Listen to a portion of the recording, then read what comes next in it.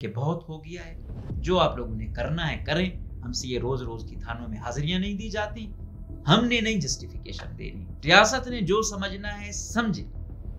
हम तंग आ गए जस्टिफिकेशन दे दे के कि हम वफादार हैं या नहीं है। डर उस वक्त तक रहता है जब तक वो प्रैक्टिकल सूरत में नहीं आता। जब आप प्रैक्टिकली वो करते हैं ना, फिर वो कहता है कि यार अब हो गया। कहते हैं ना, किसी को इतना भी न डराओ कि उसका डर ही खत्म हो जाए, किसी पर इतनी सख्तियां ना लाओ कि वो कहे कि यार छोड़ो, क्या कॉन्स्टिट्यूशन, क्या अदालत, क्या सजा, इस रोज रोज की सफाइयां देने से बेहतर है मार दो, जेल में डालो, जो करना है कर दो।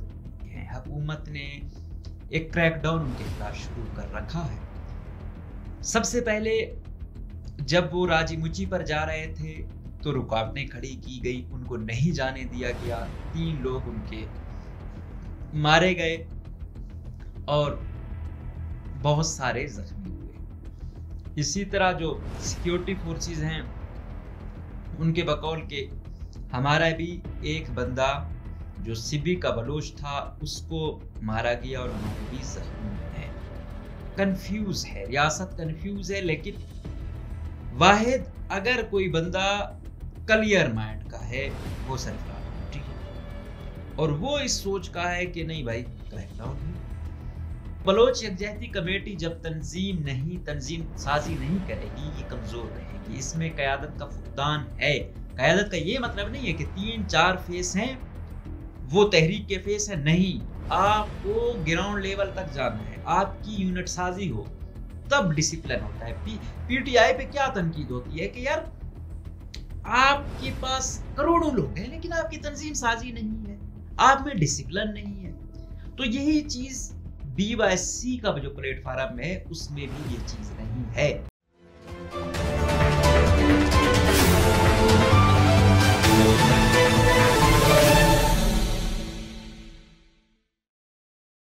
कोई पहरा नहीं फसीलों पर, शहर अंदर से है हिरासत में। अस्सलामुअलैकुम। बलोच यकजहती कमेटी और उनके जो सपोर्टर्स हैं उनके लिए मुश्किलातें मुसलसल बढ़ रही हैं। हुकूमत ने एक क्रैकडाउन उनके खिलाफ शुरू कर रखा है। सबसे पहले जब वो राजी मुची पर जा रहे थे तो रुकावटें खड़ी की गई, उनको नहीं जाने दिया गया, 3 लोग उनके मारे गए और बहुत सारे जख्मी हुए।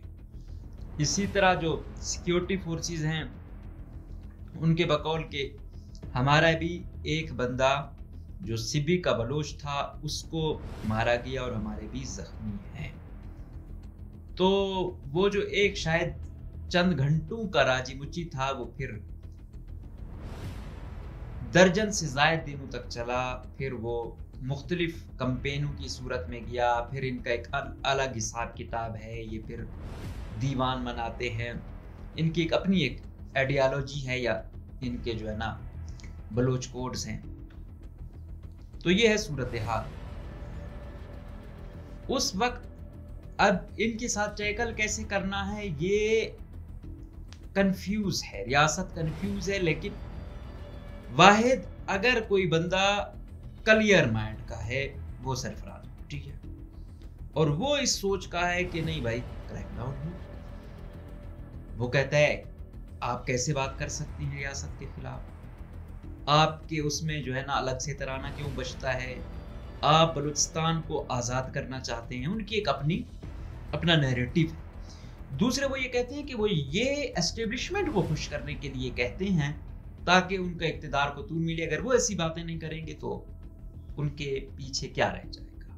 यह है एक सूरत हाल। तो उस वक्त भी एस्टेब्लिशमेंट कर रही थी कि हम क्या कैसे टैकल करें, मतलब ये जो राजी मुची हो रहा था। क्योंकि मर्दों के साथ टैकल करना इजी है, फीमेल्स के साथ टैकल करना और फिर हमारी सोसाइटी में तो बड़ा मुश्किल है कि आप उनके साथ ना उनकी तौहीन कर सकते हो, ना उनकी गिरफ्तारी पर भी बड़ा वो इशू क्रिएट हो जाता है और बड़ा बुरा माना जाता है। क्योंकि मैं गया था तो एक मामूली से सहाफ़ी की हैसियत से तो मैं थोड़ा सा कोशिश कर रहा था कि मैं देखूं क्या है। तो तकरीबन जितनी भी पुलिस थी, लेवीज में भी जो थे, मतलब फीमेल्स थी, वो उन तमाम को ना, मतलब जिसकी अक्सरियत लेवीज पुलिस की थी, उनको भेज दिया गया गवादर उनसे टैकल करने के लिए। फिर उधर एक दो वीडियोस भी आपने देखी कि वो थे तो वो भाग भी रही थी। कि दूसरी एक जानिब आप कहते हैं कि ख़वातीन की बेहुरमती इदारों की जानिब से होती है, दूसरी जानिब आप लोग इदारों की ख़वातीन के साथ ये कुछ कर रहे हैं। और फिर इस पर सरफराज बुगटी ने तो स्पेशल उनसे मुलाकात भी की थी, फिर कहा था कि असल लोग आप बलोच आप लोग हैं, फला फला फला। लेकिन दूसरी जानिब वो कहते हैं कि आपको वो तो नज़र आ गया, आपको नज़र नहीं आता हमारे साथ क्या हुआ, हमारी ख़वातीन के साथ क्या हुआ। बहरहाल तलार चेक पोस्ट से आगे ना ख़वातीन को जाने दिया गया, ना मर्दों को जाने दिया गया। थोड़ी बहुत रेजिस्टेंस भी हुई, लेकिन जिस तरह मैंने कहा कि बलोच यकजहती कमेटी जब तंजीम साजी नहीं करेगी, ये कमज़ोर रहेगी। इसमें क़यादत का फुकदान है।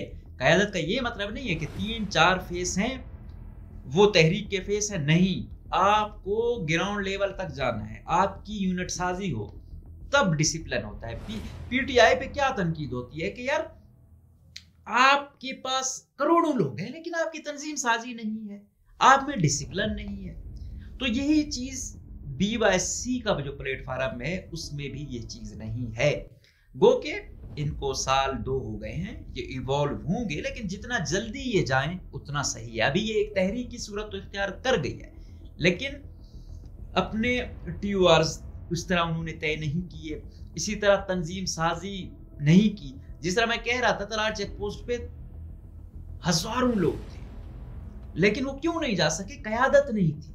अब कयादत होती तो पीछे लोग वो होते। अब हर बंदा ये कह रहा था यार मैं जाऊंगा, मेरे साथ मुझे कुछ हुआ तो क्या होगा, या FC ने गोली मार दी क्या होगा। जब लीडर होता है, लीड करता है, तो वो बाकियों को भी सेफ रखता है, वो स्ट्रेटेजी अपनाता है जिसमें सबका भला होता है। और एक बात मैं और भी करूं कि उन एरियाज में सिक्योरिटी फोर्सेस का भी काम करना बहुत टफ था। FC वाले वो दूर दूर पहाड़ियों पर पड़े हुए थे, और इतनी ज्यादा वो थी इक्का दुक्का के अलावा कि अगर उनको पानी भी जरूरत पड़े तो शायद जो लोकल पॉपुलेशन है वो ना दे। क्योंकि मैं गया, मैंने देखा तो जब चेक पोस्टों से गुजरते थे तो FC वालों को, मर्द तो छोड़ें, जो खवातीन थी वो भी ऐसे विक्ट्री के निशान दिलाती थी।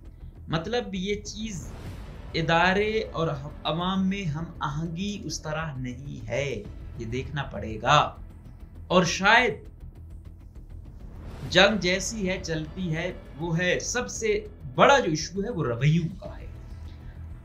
हम क्या करते हैं, हम कहते हैं कि हाँ भाई तुर्बत को हमने सेव करना है। हम बगैर स्टडी किए हुए, बगैर किसी साइकोलॉजिस्ट सोशियोलॉजिस्ट को के साथ डिस्कस किए हुए हम क्या करते हैं, जाकर अपना एक लाकट बना लिया, अपना जो है ना एक हिसाब किताब वहां बना लिया, अपनी फोर्सेस उतार दी रोड पे, वो बंदूक लेके खड़ा हुआ। तो ऐसे नहीं होता। सबसे पहले आप देखते हैं, जो वहाँ के स्टेक होल्डर्स हैं उनको मुतमईन करते हैं कि ये हो रहा है, वो हो रहा है, हम यहाँ पर हैं तो आपकी सिक्योरिटी के लिए है, सेफ्टी के लिए है, हसास इलाका है, हमने मिलकर चलना है। एक आज भी बहुत अच्छे काम है, दूर दराज इलाकों में अगर कोई उम्मीद है तो FC के स्कूल हैं, इनके मेडिकल कैंप हैं। बाकी हमारे अस्पतालों और स्कूलों की क्या हालत है जो बलूचिस्तान गवर्नमेंट की अंडर चल रहे हैं। तो बहुत सारे वो चीजें भी हैं, लेकिन जब वो चीजें हों और इधर इज्जत ना दी जाए, जिल्लत दी जाए, तो वो आपकी वो तमाम चीजें जीरो से मल्टीप्लाई हो जाती हैं। तो ये ऐसा नहीं है कि हम एक चीज को नेगेट करें तो जो अच्छाइयां हैं उनको बिल्कुल हम जीरो से मल्टीप्लाई करें, तो ऐसा भी नहीं है। जो अच्छाई है वो अच्छाई है, जो बुराई है वो बुराई है।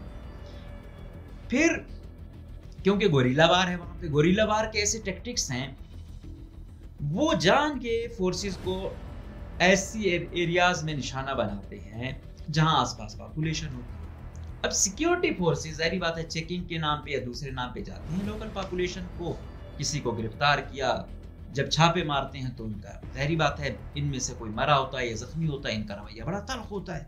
और कहीं ना कहीं वो देखते हैं कि शायद इनकी सिंपैथी उनके साथ है, तो वो मजीद मसला बिगाड़ देते हैं। तो वो लोग जो कहते हैं कि हम न्यूट्रल रहना चाहते हैं इस जंग में, वो भी जब ये रवैया देखते हैं तो फिर जो सिंपैथाइजर नहीं भी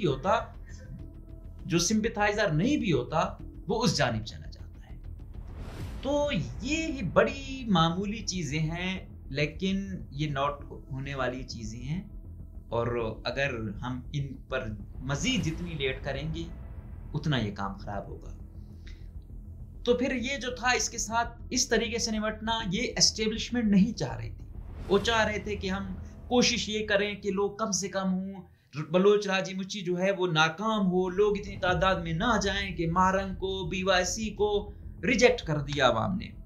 लेकिन सरफराज भुट्टो ने कहा नहीं, इनके साथ निपटना है। तो फिर इस तरीके से निपटा गया। फिर आपने देखा कि वो चीज़ बहुत फिर वजीर दाखिला उस वक्त के गए, फिर एक कमेटी गई, बड़ी देर बाद जाके वो मुज़ाकरात कामयाब हुए, लेकिन नुकसान नहीं होना चाहिए था। एक जिस घर से एक बंदा गया है, उस वो घराना तो बेचारा मुतासिर हो गया ना, उसके बच्चे तो मुतासिर हो गए। उसके बाद क्या किया? उसके बाद हुकूमत बलूचिस्तान, सरफराज भुट्टो साहब ने यह फैसला किया कि अब इनको सबक सिखाना है। सबक क्या सिखाना है? उनको सबसे पहले जो मेन लोग थे BYC के और दूसरे एक्टिविस्ट, और उनका हर पार्टी से ताल्लुक है, अब नेशनल पार्टी के लोग हैं, उनको 4 शेड्यूल में डाला है। वो हो सकता है उनसे इजहार हमदर्दी के लिए जाएं, लेकिन उनका स्टांस और इनके स्टांस में कितना फर्क है। वो रियासत से उनके गिले शिकवे हैं, लेकिन ये कहते हैं कि हमारे हैं, लेकिन हम with in the parameter of constitution अपने मुतालबात करते हैं। और हम अगर नेशनल पार्टी वालों जैसे लोगों को, जिनको दूसरे वाले बड़े ताने देते हैं, तो मुझे इससे याद आया, हम मरहूम मीर गौस बख्श बिजिंजो को कहते हैं बाबाए बलूचिस्तान। तो उस वक्त जो उसके मुखालिफ थे वो कहते थे ये बाबाए बलूचिस्तान नहीं है, ये बाबाए मुज़ाकरात है।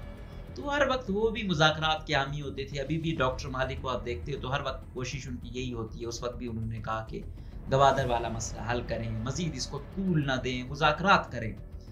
तो ये चीज़ें हैं। उनका स्टांस बाकियों की निस्बत थोड़ा सा काम डाउन वाला है, लेकिन हमारे यार लोगों ने, उनके लोग भी 4 शेड्यूल में डाल दिए। उसमें फिर कहा गया है कि पासपोर्ट है, ID कार्ड है, और क्या क्या चीजें हैं वो लाएं।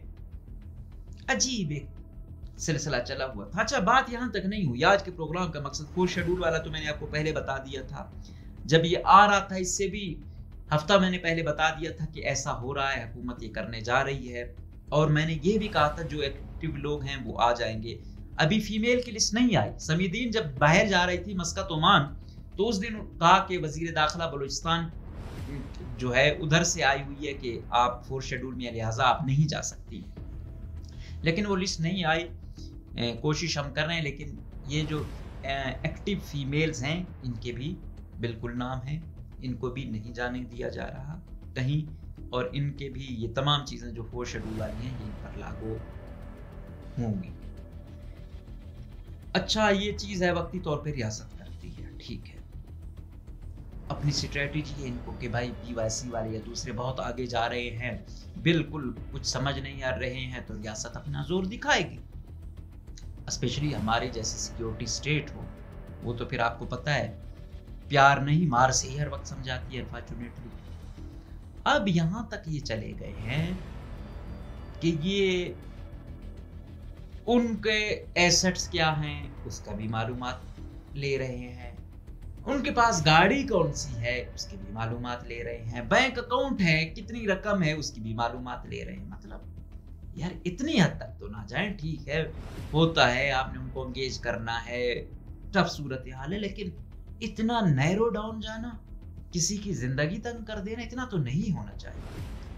और मैंने आपको पहले बोला था कि इसमें अक्सरियत जो है वो एक्टिव लोगों की जो स्टूडेंट्स हैं वो हैं, फिर कुछ प्रोफेसर हजरात हैं, सरकारी मुलाजमीन हैं, अलग अलग लिस्टें बनी थी, लेकिन इन्होंने बड़ा नैरो डाउन काम किया और फिर इतनी हद तक ये जा रहे हैं। और फिर ये लिस्ट सिर्फ क्वेटा नहीं, ये नसीराबाद के लोग भी इसमें हैं, हालांकि हम वो एक्सपेक्ट नहीं करते थे, उनके भी मैं देख रहा था नाम, बारखान से भी नाम थे, इधर से तुरबत पंजगुर वगैरह से, तो फिर गवादर इधर से तो बहुत ज्यादा थे। तो ये है सूरत हाल कि रियासत मजीद सख्तियां बढ़ा रही है। अब रियासत के मुताबिक या सरफराज भुट्टी के मुताबिक तो ये ठीक काम कर रहे हैं, लेकिन बलूचिस्तान में बदकिस्मती से ज्यादा सख्ती लोगों को बिल्कुल ही उस लेवल पे ले जाती है जहां वो फिर कॉन्स्टिट्यूशन वाली जो स्ट्रगल है उससे कहीं और चले जाते हैं। अभी महरंग का भाई जो कहीं भी पहले भी लापता हुआ, लेकिन उसको भी डाल दिया, हालांकि वो सरकारी मुलाजिम है गालिबन, वो कहीं किसी एहतजाज में शिरकत भी नहीं की, और वो जो लापता हुआ पता नहीं आज तक उसकी नफ्सियात क्या होगी, लेकिन यार लोग हैं कुछ भी कर लेते हैं। इस तरह जो बीपो है उसका वालिद, उसका भाई, उसका चाचा वो शेड्यूल में डाल दिया, तो बीएसओ के लोग हैं वो डाल दिए। ये वो स्टूडेंट तबका है, आप उन पर मजीद सख्तियां करके उनको बिल्कुल अपने से दूर ले जाते हैं। हालांकि जितना भी सख्त वो करें, आज खैबर पख्तूनख्वा पुलिस क्या नारे लगाती है, तो दिल तो उधर भी दुखता है।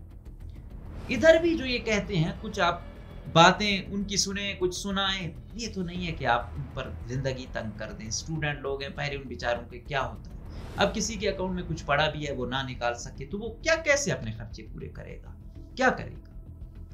तो गुजारिश यही है ताकतवर हलकों से, सरफराज भुट्टी से, कि इतनी भी सख्ती ना करें, इतने भी महदूद ना हों कि अगले लोग इस जिंदगी को अपने लिए बोझ समझने लग जाएं और फिर कहें कि बहुत हो गया है, जो आप लोगों ने करना है करें, हमसे ये रोज रोज की थानों में हाजिरियां नहीं दी जाती, हमने नहीं जस्टिफिकेशन देनी, रियासत ने जो समझना है समझे।